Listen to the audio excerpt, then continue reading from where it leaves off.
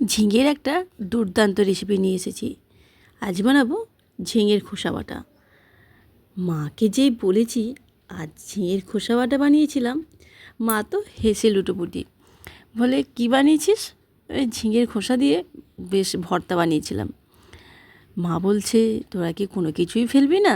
বললাম না, কোনো কিছুই ফেলা যাবে না, বাজারে প্রচুর জিনিসের দাম, আর এই গ্রীষ্মকালে তো খুব কয়েকটাই হাতে গোনার সবজি, তার মধ্যে ঝিঙে তো আছে। আর এখন সবজির যা দাম, কোনো কিছুই ফেলা যাবে না। মা বলছে কেমনভাবে বানালি একটু শুনি।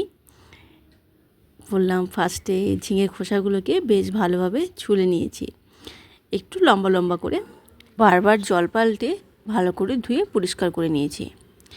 এরপর এখানে আর একটা নিয়ে নিয়েছি বেশ বড় সাইজের টমেটোটাকে দু টুকরো করে নিয়েছি। সত্যি বলতে ভাতের প্রথম পাতে এই ঝিঙের খোসা বাটাটা অসাধারণ লাগছিল খেতে। আমার মুখের কথাই না, একবার তোমরাও বাড়িতে বানিয়ে দেখো, তোমাদেরও বেশ ভালো লাগবে, কথা দিচ্ছি। তারপর থেকে কিন্তু তোমরা আবার এই ঝিঙের খোসা ফেলবে না, ঠিক জমিয়ে রেখে দিয়ে বাটা করে নেবে। এটাকে 4-5 মিনিটের জন্য ঢাকা দিয়ে সেদ্ধ করে নেব, জল ঝরিয়ে ঠান্ডা করে তারপর বাটবো। এদিকে একটা কড়াই গরম করে তাতে সর্ষের তেল দিয়ে দিয়েছি। তেলটাকে বেশ ভালো করে গরম করে কালো জিরে, কাঁচা লঙ্কা কুচি আর রসুন কুচি দিয়ে এরপর দিয়ে দিচ্ছি একটা মাঝারি সাইজের পেঁয়াজটাকে দিয়ে বেশ ভালো করে লাল করে ভেজে নেব। আমার কাছে তো মা নেই, মা থাকলে মাকে একবার বানিয়ে খাওয়াতাম।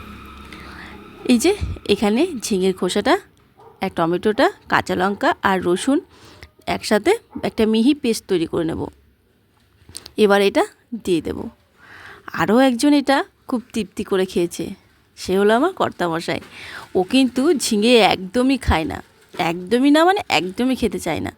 তো তার আবার ঝিঙের খোসা, ওর তো বারবার চেয়েই খেয়েছে।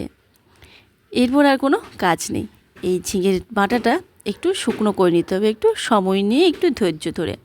দিয়ে দিচ্ছি স্বাদ মতো লবণ আর অল্প একটু হলুদের গুঁড়ো। মিডিয়াম ফ্লেমে এটাকে শুকনো করে নিতে হবে। আর ভর্তাটা একটু ঝালঝালি বেশ ভালো লাগে।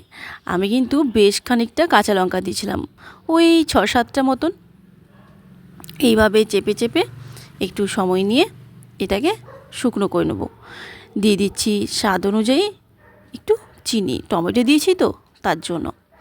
এই যে এইটা কিন্তু অনেকটাই শুকনো হয়ে এসেছে, আমার ভর্তা কিন্তু প্রায় কমপ্লিট হয়ে গেছে। এরপর আরও একটা কাজ কিন্তু বাকি আছে।